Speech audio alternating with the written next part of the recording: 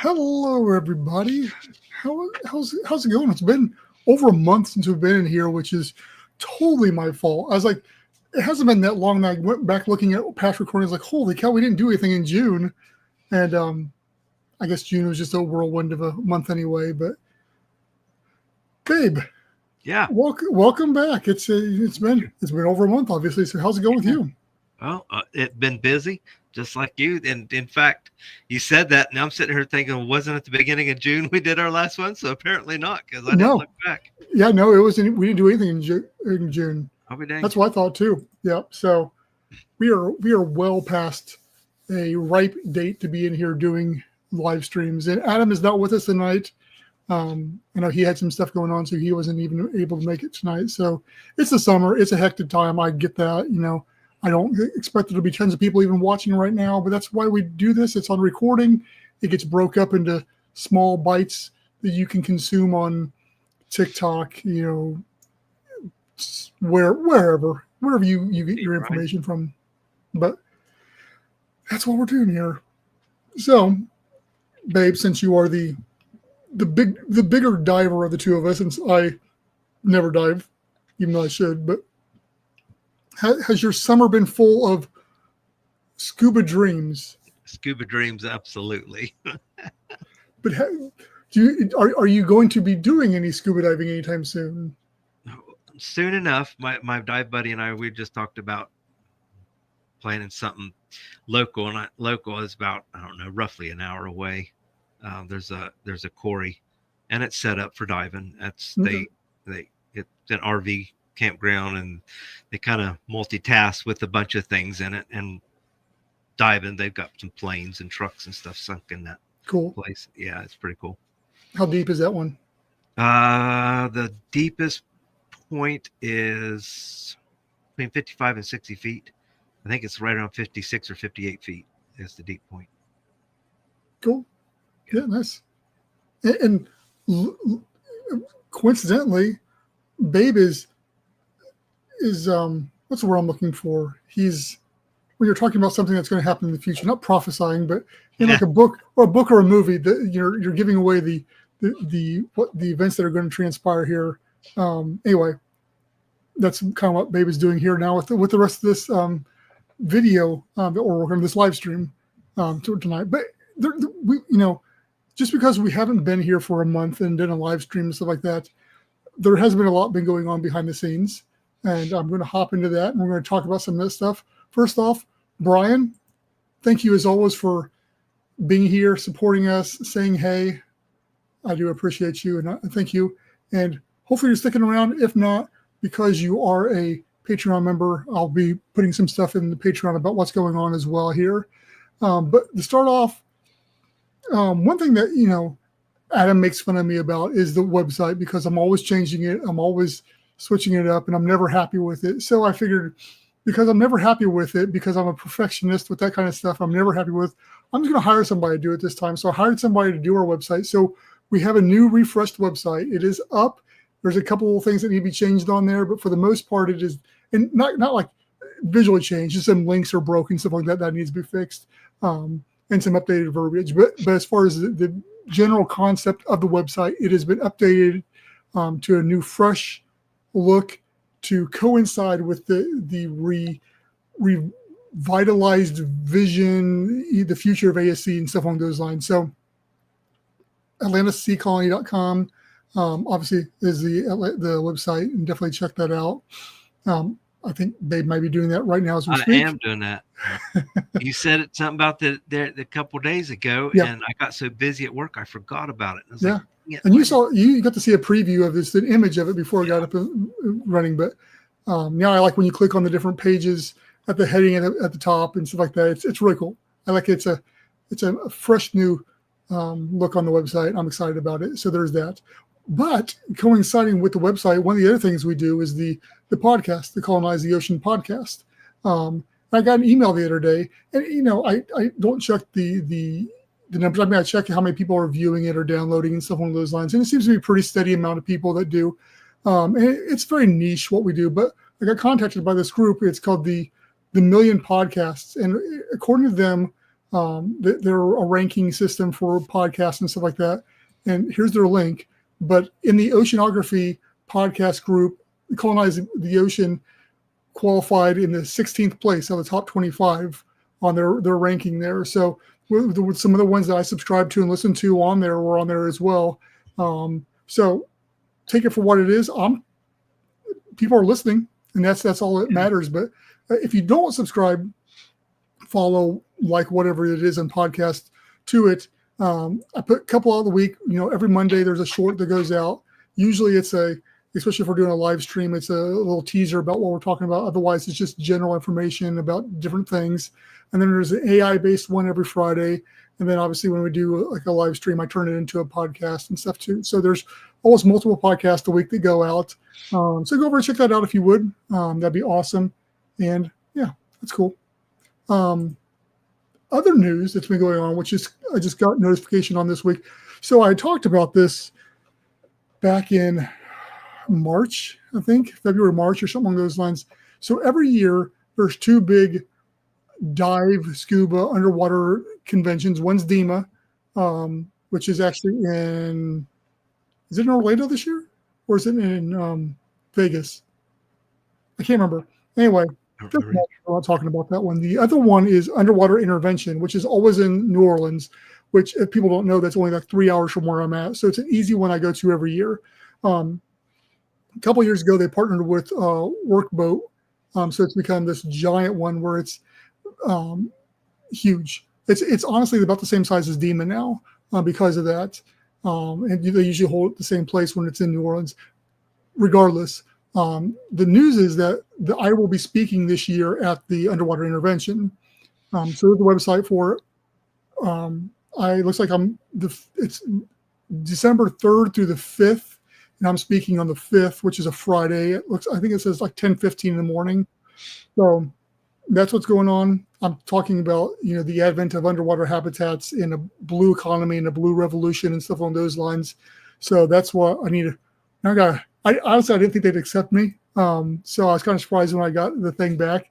So now I got to work on my speech and get that ready. Yeah. Even though it's still like 5 months away, it'll be here before I know it, type of thing too. So that's coming up. So that's exciting. I was supposed to, honestly, it's nice because I was supposed to speak at a space convention back in 2020, but then COVID hit and it shut everything down. So I didn't get to speak then. So this will be the first time actually doing a public speaking in front of a bunch of people for ASC that I've been able to do, short of different Zoom calls and conventions and stuff I've done online, which I did that one with Sylvia Earle and Jan Koblik and stuff like that a couple of years ago too. So that'll be cool. I'm excited about that. That'll be fun. Hopefully get some eyes on ASC and what we're trying to do around here. And who knows what that's going to be. So that's coming up as well. But anyway, the last thing I had to talk about wasn't really ASC related, but because they're friends of the show and we've done a lot with them, is ArcPad. I just wanted to give a shout out to them. Mitchell over there, they've launched their floating, it's glamping. It's basically floating tents, but they also a big thing on the environment with fishing and all that kind of stuff. So that's something that, we're excited about. We just love to see these other startups actually thrive and grow. We got Ocean Builders, and then we got ArcPad.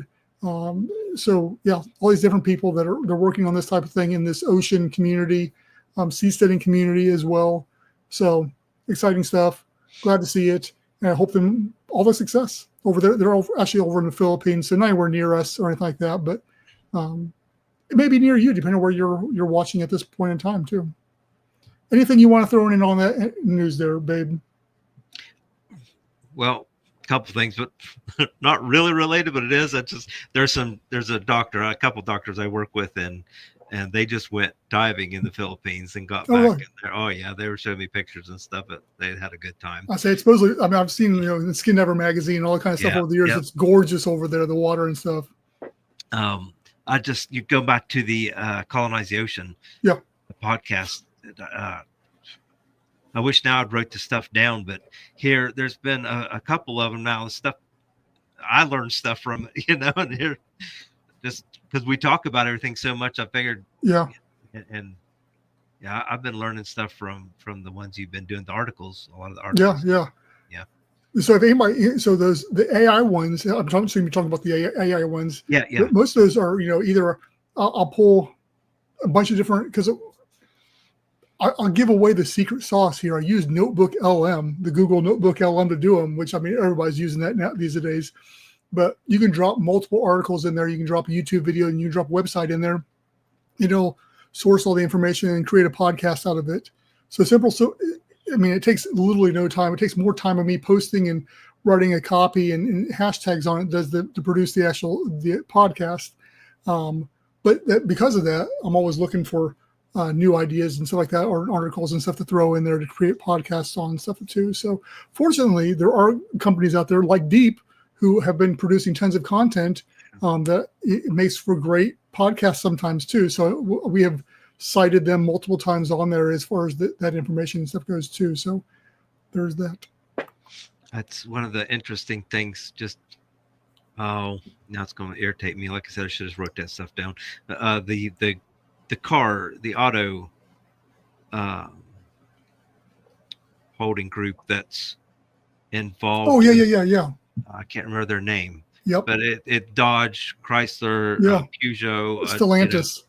Yeah. That's it. So because there's so many people, and it's always been my understanding Peugeot was started by, I want to say it was pilots. Like they set up the inside. Something like that sounds familiar. Yeah. Yeah, and because one of my favorite things years ago was when I was a teenager, working at a place we dealt with a lot of cars, is sending a new guide out that had no clue, and in America, like usually our key when it was key start on the right side of the column. Well, it was in the center console between the seats where your ignition would be, and of course they didn't know how to start the car, so we always got a big laugh out of it.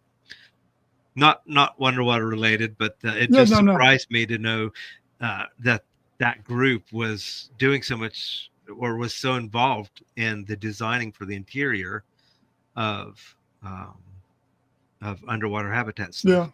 Yeah. It's one of those things where, I think I've talked about it in one of the shorts or something along those lines, is you just don't know who's involved with what. And it's, constantly communicating and even cross networking with people who aren't even in your wheelhouse there, but it's all about who you know, and they may have connections, and you don't know. Maybe it's somebody that we would never think was interested in underwater anything, and all of a sudden they may be like, "Oh yeah, I've been fascinated about that. I just, it's always been a dream of mine," type of thing. And I've ran into that in the past too. So yeah, you just don't know. Yeah. It's cool. Yeah, it's because I hadn't heard a lot about Under the Pole. I follow them. So I'd see their stuff every once in a while. So it really surprised me when I found out Atlantis and Under the Pole were working together to design stuff like that. That's really cool. Cool. Yeah. News to me as well. Yeah. Well. And actually, I got that article from some seasteaders. They had a group with them, and they had posted something about it. So that's where I found out about that whole thing. But anyway, so today, whenever you listen to this, I'm going to just say tonight because it's easier for me. We're going to talk first off just a little about the history of ASC, and I want to go over that a little bit about where ASC came from. I've talked about this before in the past, so to some of you this may just be old news, but to anybody that may be newer to ASC or what we're trying to do here, I just want to go over that a little bit. So ASC started, as a dream of mine back in high school, pre-internet, all that kind of stuff. It was like, hey, I grew up on Jacques Cousteau, watching his stuff, PBS. And then in the mid 90s, the TV show Sequest came out, and that kind of like revitalized the whole thing about, hey, why can't we make this happen type of thing. So it started getting me drawing. It got me dreaming, got me thinking about things. I say it was a God moment where, all the name came to me, the vision came to me that, we got to make living underwater seamless for everybody. And it has to be one atmosphere. And those were the core components of it, that one atmosphere, living underwater is just as seamless as anything else. So I don't so the very first design was something more along these lines. And I don't have the detailed drawings on some of these anymore. They were like hand drawn back in like the early 2000s or late 90s and stuff on those lines. But the idea that it was a giant sphere. The circle in the middle was basically a docking area where a submarine could go in and dock. And so it was just a giant sphere that you could live in. And actually, those legs coming off also served as tunnels, like stairwells almost down to other little pods. But, you know, it was more sci-fi fantasy look than anything. It was the beginning of all this that then led to a more simplified one. And actually started building I was in a drafting class in high school, and we actually had to build what we drafted out. And so I started building this one, but I didn't get it done in the time that nobody got their stuff done. But I didn't get mine done either. So this was a much smaller one for like a mini sub, and it has a little glass dome, and it's like, I think, a 1 or 2 person house that, you know, is in that thing. So shrunking it down, trying to make it a little bit more manageable. And then we moved on to, I said, you know what, forget the manageable thing. Let's go giant again. And so this was, again, going giant with it, looking more at what space was doing with docking collars and stuff along those lines, where, again, a submarine goes in the middle there, and then it docks on each side, and you're able to go into, and this was more idea of like a hotel when I started getting more of the hotel thing. So you could go on either side of that, and there was like, I can't remember how many rooms were on each side of that. And so, again, about that time, I started realizing that, you know, this is fun and fanciful and stuff along those lines, but we need to be realistic about what we're doing. Nobody's going to shell out the $1 billion or the $500 million or whatever it's going to take to build these. So let's actually start looking at what's realistic and what has been done in the past, and start trying to mirror that or work within those confines. So this one, obviously this image doesn't do justice, but it was very modular. There's a bunch of modular attachments on there, but still it is ginormous. And the cost, again, became an issue. And this is more of a, here's the end vision of what ASC would be, which was a modular, each one was almost like a suite. And I think on that one, there was, I think, 8 suites per side. So it wasn't as big, but it is. And I've been trying to find some of these old images. And like this one, I know I actually have some renders on this one that I can show off. And I may put up on social media here over the next few days as the history of ASC to show some of this stuff.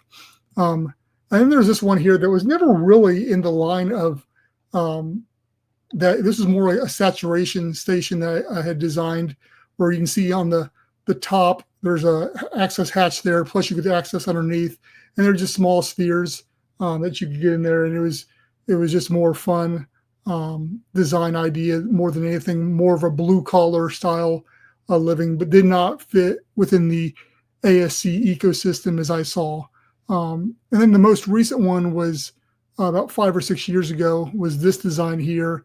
I think most people who have come onto ASC came in this era here, where this was the actual one that I sat down over in Houston with an engineering firm and said, here's what ASC wants to do, and here's what we're looking at doing.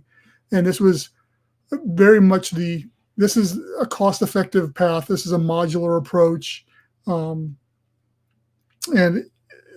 it was the precursor to where we're at now with ASC.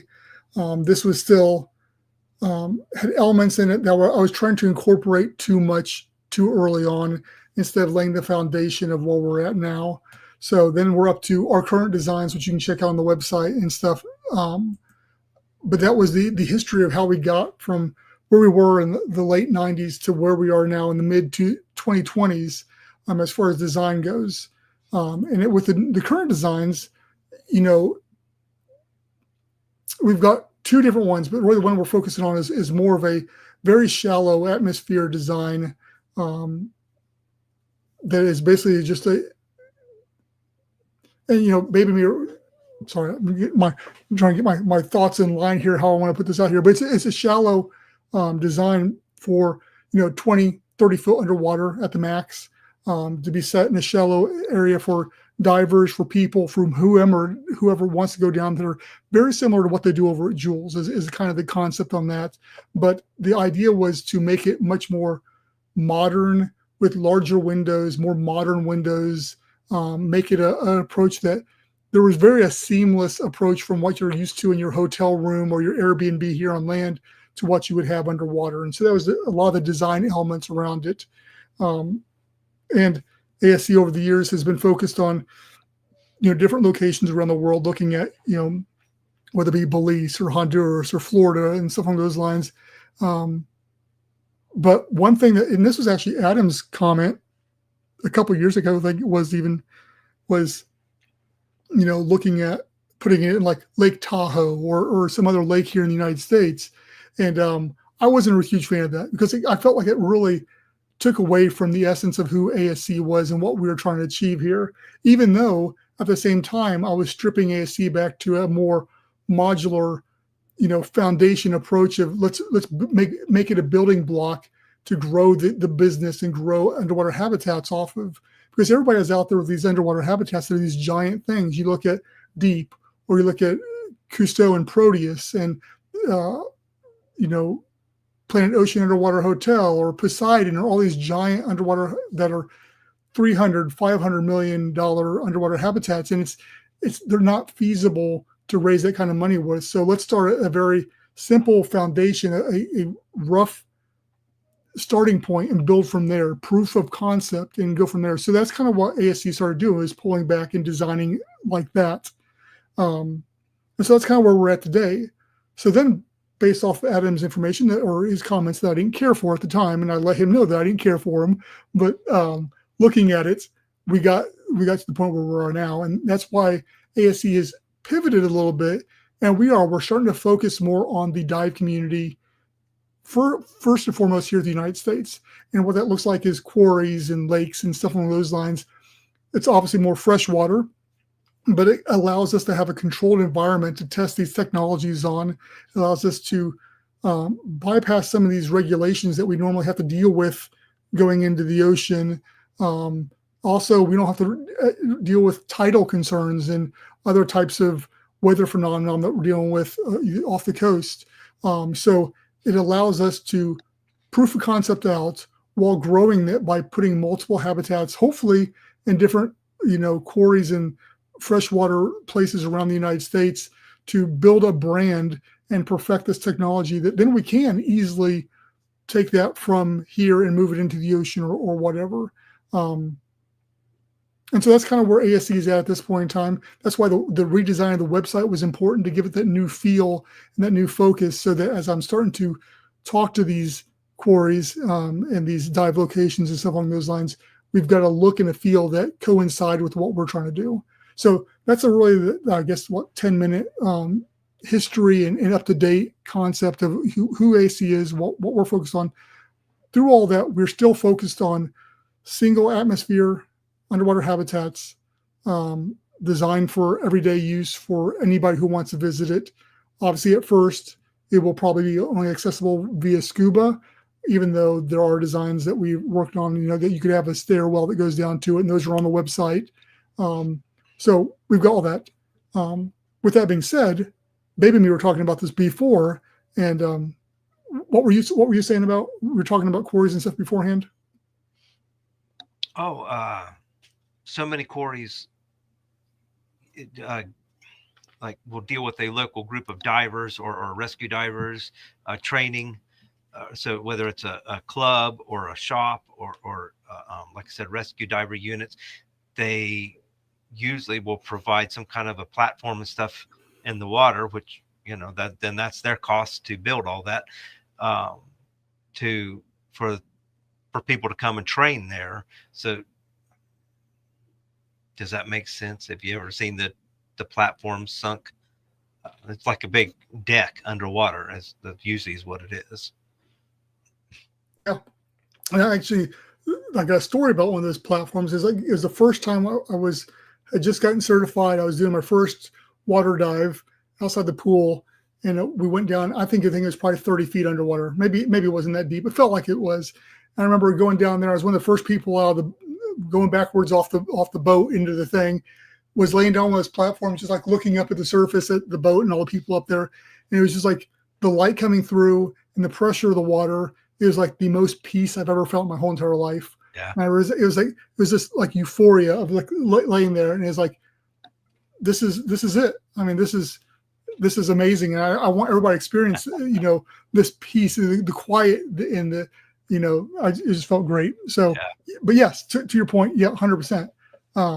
And so that's one of the things is, we don't have to, and we've talked about this before, the ASC does not have to be a purely livable experience. That the habitat can become a platform, not only a platform in the sense of the terminology that it's a launching place for other stuff, but also a physical platform for divers to go down onto. We can use it for the strap cameras onto it or other sensors and stuff along those lines, and use it for a live stream platform for whatever. But more so than anything, it's, we see it as a symbiotic relationship with these potential underwater these scuba locations as a draw for them from a business standpoint too. Obviously we look at it as a proof of concept, testing out the technologies and to grow the brand that is ASC. But in the same time, we are offering an experience that, unless you're wanting to go to Jules and drive down to Florida, down to the Keys to go do, we can offer the same or a similar experience at a quarry much closer to you, anywhere in the United States. Yeah. I'm farther north. You got the cold, but there's so many clubs and groups that go ice diving. Yep. It's like it'll still be there. Yep. So and of course with the cooler water, it's clearer also. So that's a draw. But to the point of the business, the symbiotic, I've been to so many quarries now, and I'm not going to mention any names. Sure. I enjoyed them all because I make a point to enjoy them all. It's like, I'm here to dive. I'm here to have fun. Right. And so unless there's something stupid happens, but otherwise, it's just, so I'm not bad talking, but you can tell that some of them, they're not in their heyday anymore. I'll put it that way. That their prime has passed, but having something like this to draw again, to bring people in, I think that would be a good thing for a lot of quarries. And, just like you were saying ahead of the live stream, how you've been getting notices for more and more different dive sites. I've seen more and more quarries where people bought a quarry and did this with it, open up a dive place. So in itself isn't a dying thing. It's just not all of them still have the draw, where if you add something like this that would be new and different and have a longevity to it, just like Jules.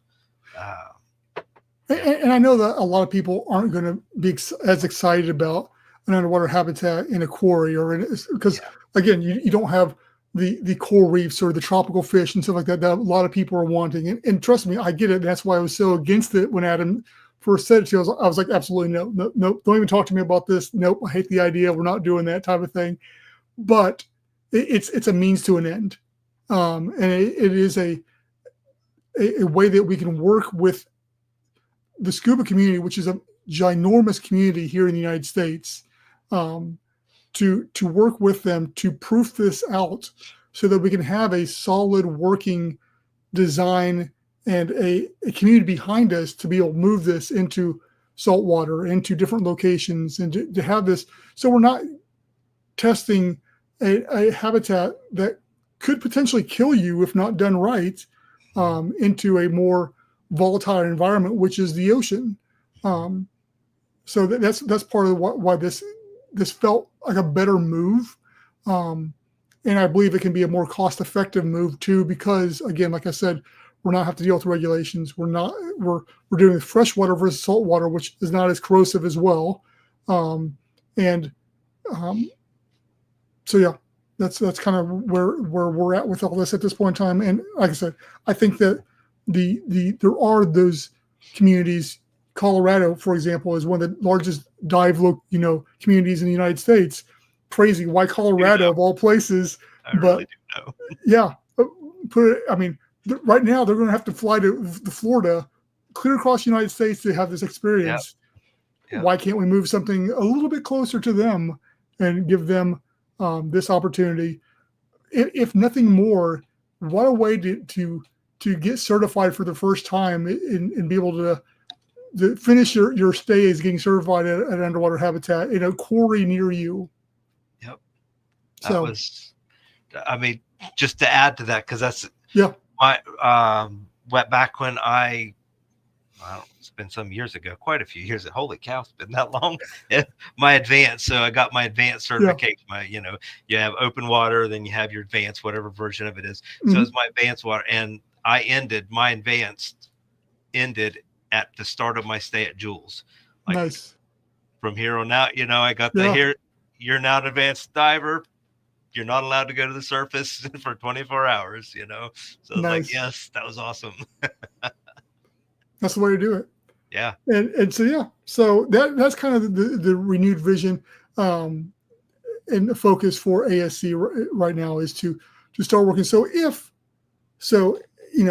Obviously social media is a powerful source, and this will be split up and put out there for everybody. Tag your local dive community, your local dive store, your local quarry, your local dive location. Tag them in this, show them this, because we want to start talking to them. Are we ready to put something in the water right now? We can be. It's one of those things where if we've got some people, they're interested and we're able to communicate and work out something, ASD can start moving forward and start doing this stuff. And that's where we're at this. And so I'm excited, and I hope that everybody that's watching this, our Patreon members, our Discord members, our just people who have been following us and stuff like that, are excited about this and spread the news. But do you have anything else you want to add to that there, babe? Not that I can think of. Well, okay then. So since Adam's not here and usually brings a bunch of nonsense and who else wants, which usually makes this a whole lot longer because of his comments, we are going to be able to keep this well under an hour tonight too. So that's something nice and exciting. So there have been no comments or questions on here tonight. So we'll be able to get us out of here pretty quick here. But I do want to go over some house cleaning, stuff like that. Obviously, as you saw, I was drinking from the One Atmosphere Living mug. So there are those for sale, our oneatmliving.com. As I said earlier, we do have a Discord. We actually, right before we went live, we had new members join our Discord community. So that's a great opportunity for people to hop in there and talk to different people just that love ocean stuff. It doesn't have to be underwater habitat, because there's people in there talking about all different types of stuff. A lot of times not related at all to underwater stuff at all, but there's some crazy conversations that go on in there. I kind of avoid it anymore because sometimes it gets a little crazy in there, but maybe that's your cup of tea. If not, we do have a Patreon. You can join for free. There is a free tier.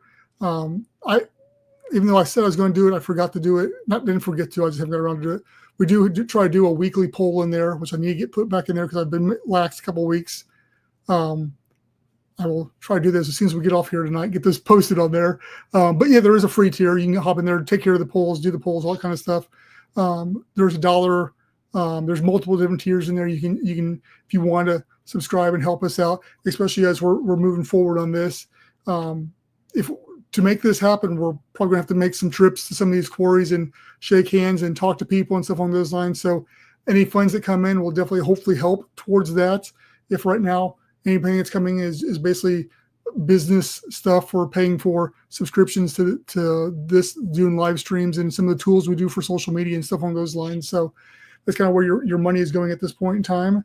I try to be very transparent about that because I do value your time and your money by doing that. So that being said, those who have pledged money to us are the following: Brian, who's in here at the very beginning, Martin, Babe, Adam, my father.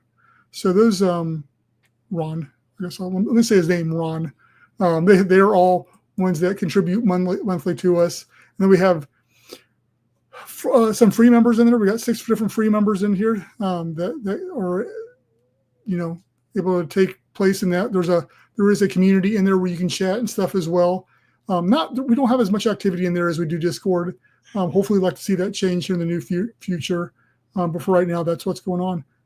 As always, now that we have that up there, our social media is on the website. I think, yeah, it should be. It is. I don't know if it's on the new one, but anyway, if not, it will be soon. But we're on everywhere for the most part. TikTok, LinkedIn, Facebook. Really, Facebook is the main one. I think most people are there. We seem to get our most response there. TikTok, we're starting to get a little bit more activity there, and YouTube. Those are the big 3 really that we get the most from. So there, you can hit us up on X. I'm on X a lot as well. So those are the different ways that you can support ASC in different ways, whether it's just liking and sharing and subscribing, or all the way down to becoming a Patreon member or buying merch through the website or One Atmosphere Living or whatever. So with that being said, guys, yes, please. Sorry. No. I was going to toss it over to you anyway, Frank. Okay. Go for it. So, it's been a professional podcast, so I don't want to take away from that. But at the same time, we've talked about this stuff before. I saw the newest trailer, I guess, or it said it was gameplay for the new Subnautica. Oh. And it looks great, but I was more than a little ticked off when it said they put it out for another year now. Like it's now beginning of 2026, or I guess a half a year now, but beginning 2026 now instead of beginning 2025. Because I was like, what happened? And I know there was a shakeup, and I don't want to get into all that, and I don't want to, because I have no part of that. So it's just, I enjoy the game, and that's all I take it as. And the crazy thing is, talking about Subnautica, I saw you can get on your phone now too. Oh yeah. I didn't know that. I saw it pop up in the game store the other day when I was on there on my phone. I was like, what? But I don't think it would do it justice playing it on your phone versus a game like that. But regardless, I can't wait for it to release. I will definitely be getting it. Maybe we'll have to do like a group live stream or something like that of us playing Subnautica for the first time or something like that. Yeah, since it's multiplayer. Yeah. It's gonna be fun. Great. Yeah. So anybody out there into the game or hasn't played it, I definitely encourage you, especially if you're into underwater stuff like that. It's a beautiful game. It's fun to play. You can build your own underwater habitats in it, which is also pretty cool. So. That's my spiel, because I was really excited to see that. And find out it's not till another 6 to 8 months. I was like, no. Oh well, it'll be your late Christmas gift, I guess. Yeah. All right. Well, thank you, Babe, for taking time out of your day to join me on this live stream and talk about these things that I know that, especially when it comes to dive community and the quarries and stuff like that, is near and dear to your heart. Yes. But no, thank you very much. And thank you to everybody out there. We'll talk to you guys next time.